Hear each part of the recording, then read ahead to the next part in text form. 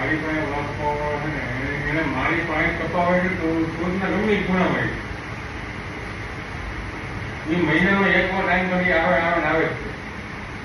ના મંગી તો અડધો કલાક વાર જો માય વાત મામું છે એટલે હું એમ કહું કે હું બેસું હોય જાઉં કે પાર હોય જાઉં ના મારે ક્યાંય આવે મહિનામાં એક દિવસ ટાઈમ કાઢવો જ જોઈએ. આવે આવે